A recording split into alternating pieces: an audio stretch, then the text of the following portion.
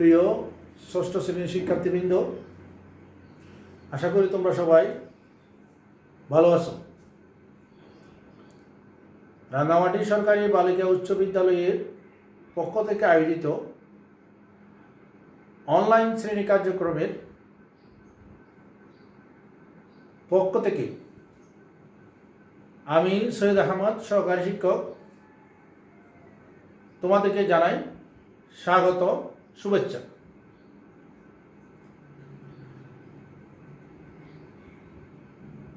সেই 17 মার্চের পর থেকে তোমাদের সাথে আর দেখা নাই, তোমরাও স্কুলে আসতেছো না করোনা ভাইরাসের কারণে। আমরাও তোমাদের সাথে দেখা করতে পারতেছি না, অনেক দিন হয়ে গেল। স্কুলে গেলে এখন মন মরা লাগে।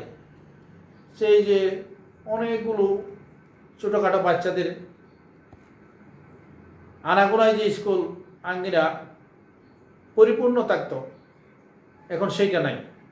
তারপরেও আজকে প্রায় 3-5 মাস হয়ে গেল আমরা যে সবাই সুস্থ আছি, এর জন্য পরম করুণাময়ের কাছে জানাই শুকরিয়া।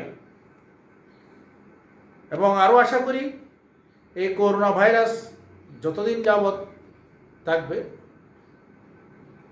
উক্ত সময়কালে আমরা সবাই সুস্থ থাকবো, ভালো থাকবো। আজ আমি তোমাদের গণিত বিষয়ে একটি ক্লাস নিয়ে উপস্থিত হয়েছি। এই যে তোমাদের ষষ্ঠ শ্রেণীর গণিত বই আছে, গণিত বইয়ে তোমাদেরকে আমি ক্লাসে বন্ধের আগে প্রথম অধ্যায়, দ্বিতীয় অধ্যায়, তৃতীয়, চতুর্থ তো প্রায় করে ফেলছিলাম, কিন্তু পঞ্চম অধ্যায়টা আমি মুঠেও ধরতে পারিনি। তাই আমি আজকে আমার বিষয় বেছে নিয়েছি ষষ্ঠ শ্রেণীর অধ্যায় পঞ্চম। আমাদের পাঠ শিরোনাম হচ্ছে সরল সমীকরণ। তোমরা তোমাদের বইয়ে 95 পৃষ্ঠায় দেখো, পঞ্চম অধ্যায়ের শিরোনামটা হচ্ছে কি? সরল সমীকরণ। এবং সরল সমীকরণ করার আগে আমাকে 2-1টা জিনিস জানতে হবে।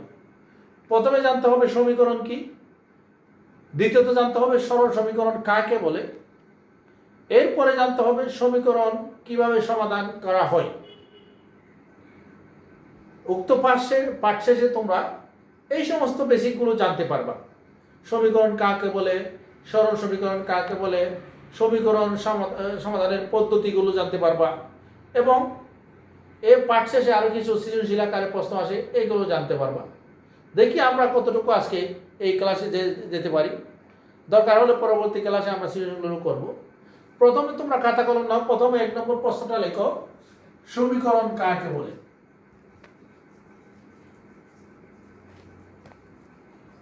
সমীকরণ কাকে বলে, উত্তর লেখো।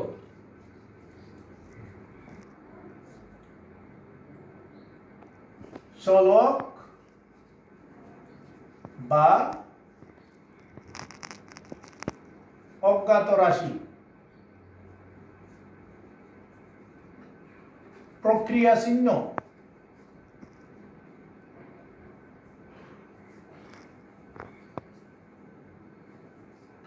এবং সমান চিহ্ন সম্বলিত গাণিতিক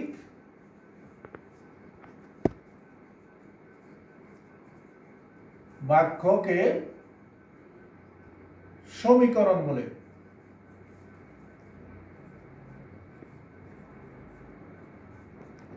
যেমন x + 7 = 12। এই যে দেখো, আমি একটা সমীকরণ লিখলাম, এর মধ্যে যে x আছে এইগুলোকে বলা হয় চলক বা অজ্ঞাত রাশি। এই x এর মান কত আমরা জানি না।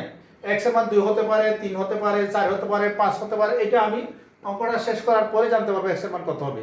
এই জন্য এটাকে বলা হয় অজ্ঞাত রাশি। আর তোমরা পঞ্চম শ্রেণীতে পড়েছো প্রক্রিয়া চিহ্ন কি কি আছে, যোগ, বিয়োগ, গুণ, ভাগ, এগুলোকে বলা হয় কি? প্রক্রিয়া চিহ্ন। আর এটা হচ্ছে সমান চিহ্ন। তাহলে চলক বা অজ্ঞাত রাশি, প্রক্রিয়া চিহ্ন এবং সমান চিহ্ন সম্বলিত এই যে একটা গাণিতিক বাক্য হলো, এটাকে বলা হয় কি সমীকরণ। কিন্তু আমাদের পাঠ্যের নাম হচ্ছে সরল সমীকরণ। তাহলে 2 নম্বর প্রশ্নে আসো, সরল সমীকরণ কাকে বলে? সরল সমীকরণ কাকে বলে? এটার উত্তর হচ্ছে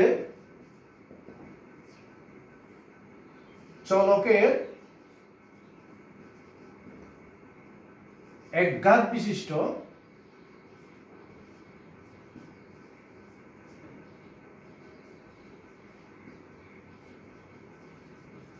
সমীকরণকে সরল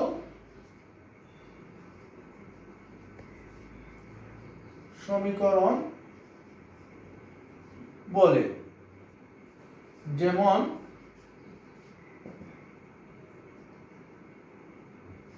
a plus 5 equal to 10। এখন তুমি বলতে পারো এই যে সমীকরণ আর সরল সমীকরণের পার্থক্য কি?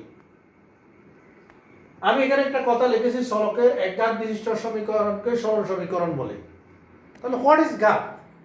ঘাত কি? তোমাদের মনে প্রশ্ন আসতে পারে, স্যার ঘাতটা কি? ঘাত হচ্ছে সূচককে ঘাত বলা হয়।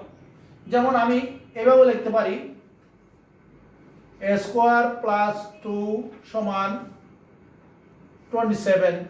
তাহলে এখানে এর উপর একটা 2 আছে না, এটাই হচ্ছে ঘাত, সূচক। কিন্তু আমার এখানে দেখো এর উপর কোনো কি নেই, ঘাত নাই। যেখানে কোনো ঘাত থাকে না সেখানে একটা ঘাত থাকে, এই জন্য এটাকে বলা হয় কি একঘাত বিশিষ্ট। তাহলে চলকের একঘাত বিশিষ্ট সমীকরণকে কি বলা হয়? সরল সমীকরণ বলে। আমরা এখন সমীকরণ কাকে বলে এবং সরল সমীকরণ কাকে বলে শিখতে পারলাম। এবার তোমরা তোমাদের বইতে যাও, বইয়ে পঞ্চম অধ্যায়ে প্রথমে কতগুলো তোমার নৈর্ব্যক্তিক আছে। আমরা যাব যে হাতে অঙ্কতে যাব, 12 নম্বর থেকে তোমার অঙ্ক শুরু হয়েছে। তো 12-13 গুলো সহজ আছে। এগুলো সমাধান করার আগে আমি তোমাকে কয়েকটা পদ্ধতি দেখাই দিই কিভাবে তুমি সমাধান করবা। সাধারণত 7-এ 60টা পদ্ধতি আছে, তোমার এখানে 6-এ এগুলো প্রযোজ্য নয়। 6-এ আমরা 2টা পদ্ধতি ইউজ করতে পারি। যেমন তুমি এই 12 নম্বর অঙ্কটা দেখো, 12 নম্বরে আছে x plus 4 সমান 30। এখন দেখো এই চলকের পাশে +4 আছে।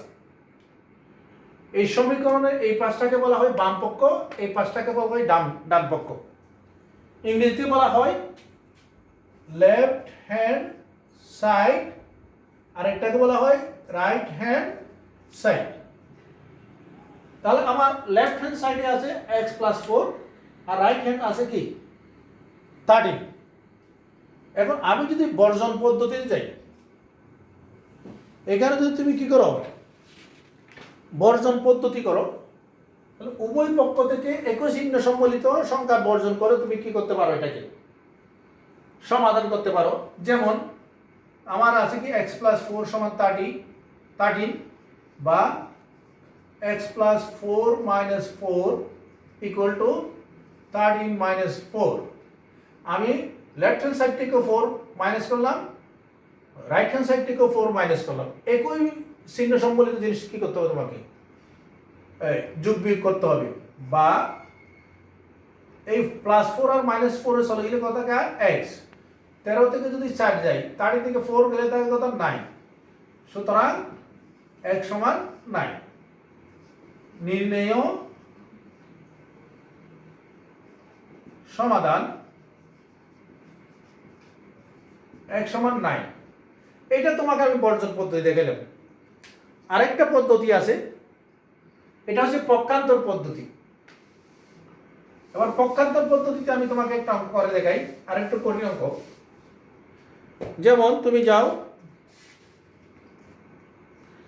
আমাদের এখানে 21 নম্বর প্রশ্নটা দেখো, 7x minus 2 21। 21 number 7x minus 2 equal to x plus 16। এই যে আমি তোমাদেরকে আগেই বলছি সমীকরণে সাধারণত মধ্যখানে একটা সমান চিহ্ন থাকে। সমান চিহ্নের বাম পক্ষকে বলা হয় লেফট হ্যান্ড সাইড, ডান পক্ষকে বলা হয় রাইট হ্যান্ড সাইড। তাহলে আগের সমীকরণে যেটা দেখাইছি তোমাকে, সেখানে চলক ছিল শুধু বাম পক্ষে, ডান পক্ষে আমার কোনো চলক ছিল না। কিন্তু এখানে দেখো বাম পক্ষেও চলক আছে, ডান পক্ষেও চলক আছে। তাহলে আমি কি করব, চলকগুলোকে এক পাশে নিয়ে আসবো, চলক যেগুলো আছে সেগুলোকে আরেক পাশে নিয়ে যাব, সংখ্যাগুলোকে। এই পক্ষান্তর পদ্ধতি যদি আমি করতে চাই, পক্ষান্তর করার সময় এক পক্ষ থেকে যদি আরেক পক্ষকে কোনো সংখ্যা আমি স্থানান্তর করি, তখন তারা চিহ্ন পরিবর্তন করে। যেমন 2 এর আগে মাইনাস চিহ্ন আছে, এটা এই পাশে গেলে হয়ে যাবে মাইনাস, হয়ে যাবে প্লাস হয়ে যাবে। এক্স এর আগে কোনো চিহ্ন নাই মানে এটা প্লাস, এটা এই পাশে আসলে কি হবে, মাইনাস চিহ্ন হবে। এটা হচ্ছে পক্ষান্তর বিধি। তাহলে পক্ষান্তর বিধিতে আমি গেলাম, এই জিনিসটা তোমার বলবো না সমীকরণ করার সময়, সবসময় বা দিবা, সমান দিবা না। সমান দিলে সমীকরণ ভুল ধরবে সারাটা। বা 7x, এটার পাশে আসলে কি হবে, মাইনাস এক্স ইকুয়াল টু 16। এই 2 আগে মাইনাস ছিল না, এই পাশে আসলে কত হবে 2। বা 7x থেকে যদি x যায় আর কত হবে 6x ইকুয়াল টু 16 আর 2 যোগ করলে কত হয় 18। এখন অভিভাবককে তুমি ভাগ করতে পারো, বা x সমান 6 উপর হবে 18/6। একটা জিনিস লক্ষ্য করো, আমরা কি করছি, এখানে যখন মাইনাস ছিল এটা পাশে গিয়ে কি হয়েছে, প্লাস হয়ে গেছে। আবার এটা প্লাস ছিল এই পাশে আসলে কি হয়েছে, মাইনাস হয়ে গেছে। এই মাইনাসটা প্লাস হয়েছে, প্লাসটা মাইনাস হয়েছে। তদ্রূপ ভাবে প্লাস যেমন মাইনাস হয়, মাইনাস যেমন প্লাস হয়, তুমি যখন কি করবা, গুণ এক পক্ষ থেকে আরেক পক্ষ গেলে গুণ থাকলে ভাগ হবে, ভাগ থাকলে গুণ হবে। যেমন এই 6টা আমার এখানে x এর সাথে গুণ অবস্থায় আছে। যদি দুটি সংখ্যার মধ্যে কোনো চিহ্ন না থাকে, তোমার মনে করতে হবে এখানে কি আছে, গুণ আছে। এই গুণ থাকার কারণে এটা যখন ডান পক্ষে গেছে, এটা কি হয়ে গেছে, ভাগ হয়ে গেছে। এবং কাটাকাটি করো, 6 যদি 12 8 কাটে কত হয়, 3 হয়। 6 দিয়ে 18 কাটলে হ্যাঁ, বা x সমান 3। আমি কাটাকাটিটা করলাম না, সাধারণত কাটাকাটি না করলেও ওটা সুন্দর দেখায়, এই জন্য আমি কাটাকাটিটা করলাম না। তুমি ইচ্ছা করলে কাটতেও পারো বা না কেটে রাখতে পারো, স্যাররা বুঝতে পারবে যে এটা তুমি ভাগ করে তুমি ভাগফলটা পেয়েছো। তাহলে আমার এখন সমাধানটা কি আসলো, x সমান কত আসলো 3। লিখে দাও নির্ণয়ের সমাধান।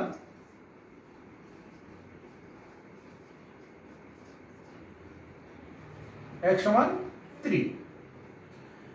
এখন আমি তোমাকে দুইটা অঙ্ক করাই দিলাম। একটা করাই দিলাম বর্জন পদ্ধতিতে, বৃদ্ধি বর্জন বিধি সমীকরণের, আর একটা দেখাইলাম সমীকরণের পক্ষান্তর বিধি। 7 উঠলে তুমি আরো পাইবা তোমার গুণোত্তর বিধি,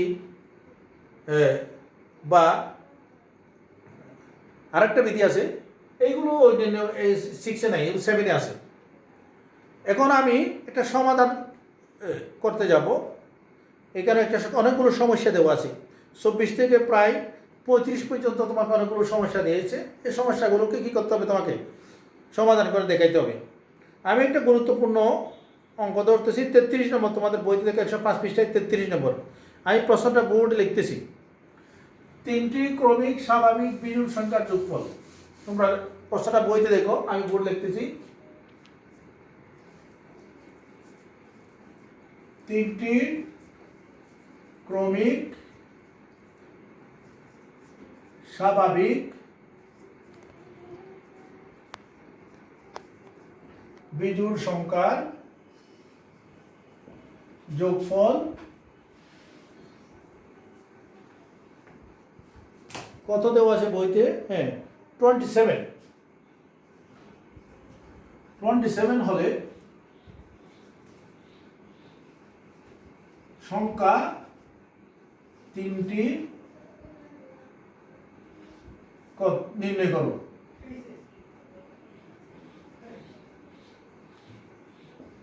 এখন তোমার আগে জিনিস হলো, একটা জিনিস জানা দরকার, স্বাভাবিক সংখ্যা কি, বিজোড় সংখ্যা কি। আমরা স্বাভাবিক সংখ্যা সাধারণত 0, 1, 2, 3, 4, 5, 6, 7, 8, 9 এগুলোকে আমরা স্বাভাবিক সংখ্যা বলি। এই স্বাভাবিক সংখ্যার মধ্যে আবার কি আছে, জোড় সংখ্যা আছে, বিজোড় সংখ্যা, যেমন এগুলো হচ্ছে কি জোড় সংখ্যা, 3 2 4 6 8, এগুলো হচ্ছে কি জোড় সংখ্যা। আর এগুলো ধনাত্মক বলা হয়। আর 1 3 5 7 9 এগুলো হচ্ছে বিজোড় সংখ্যা, এগুলো বলা হয় ঋণাত্মক। এই যে শূন্য দেখতেছো, এটা ধনাত্মক নয়, ঋণাত্মক নয়। তুমি এটা ক্লাস 9 10 গেলে পাইবা। যদি ঋণাত্মক বলে তখন শূন্য সহ আসবে, আর না হয় শূন্যটা আসবে না। এখন আমার প্রশ্ন হচ্ছে তিনটি ক্রমিক স্বাভাবিক বিজোড় সংখ্যা, এখানে জোড় সংখ্যাগুলো নেই। তো বিজোড় সংখ্যা হলে আমার কি, যেমন এই 2টা বাদ যাবে, 4 বাদ যাবে, 6 বাদ যাবে, আমি 3টার স্বাভাবিক বিজোড় সংখ্যা নিলাম। তাহলে একটু লক্ষ্য করো, বিজোড় সংখ্যাগুলো হলে একটার সাথে একটা পার্থক্য কত, 2। 1-এর সাথে 2 যোগ করলে 3 যোগ হয়, 3-এর সাথে 2 যোগ করলে 5 হয়। সাধারণত যদি ক্রমিক স্বাভাবিক জোড় সংখ্যা বা বিজোড় সংখ্যা বলে তাহলে পার্থক্যটা 2 2 করে হবে। আর যদি শুধু স্বাভাবিক সংখ্যা বলে তখন পার্থক্য হবে কত, 1 1। এখন আমরা অঙ্কটা সমাধান করি। দেখো তোমরা খাতায় ক নম্বর, না সমাধানে যাই, এটা লেখো। মনে করি প্রথম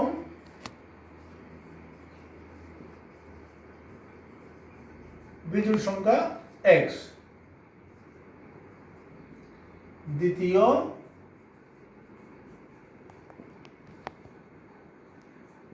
বিজোড় সংখ্যা x প্লাস 2, এই যে তোমাকে বলছিলাম 2 2 করে পারবে। তৃতীয়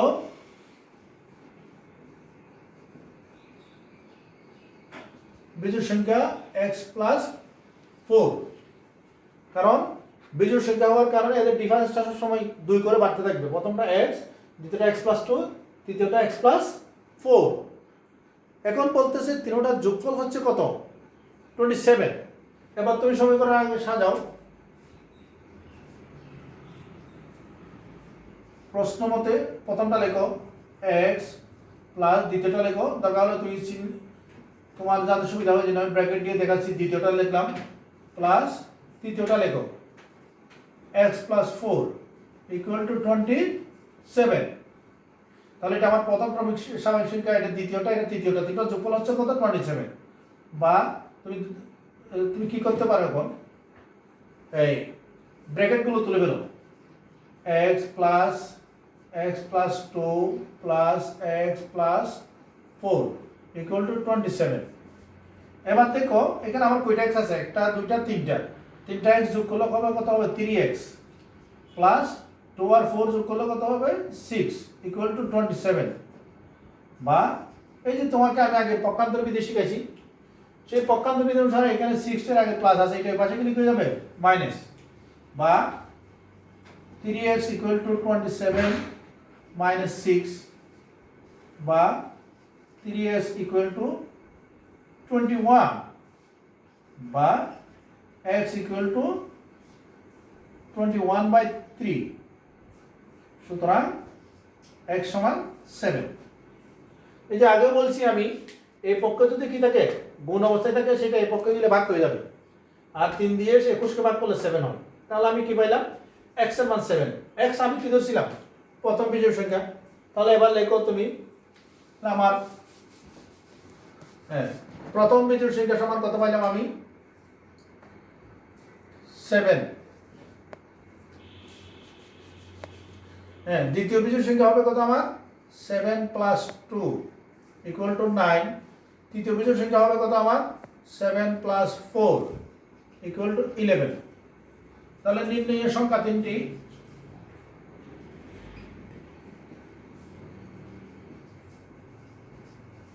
সংখ্যা তিনটি হলো কত কত পাইছি, 7 9 11। এইভাবে বইয়ে আরো অনেকগুলো সমস্যা আছে, আজকে সময় স্বল্পতার কারণে আমি পুরা বইয়ের অঙ্কগুলো করতে পারলাম না। আমি তোমাদেরকে দুইটা সমাধান করে দেখালাম আর একটা সমস্যার সমাধান করে দেখালাম। এরপরে সৃজনশীল আছে, পরবর্তী যদি ক্লাস হয়, পরবর্তী ক্লাসে আমি এখান থেকে আরো একটা ক্লাস নেব। পরবর্তী ক্লাসে তোমাদের যে দুইটা সৃজনশীল আছে, সৃজনশীল দুটাও করাই দেব।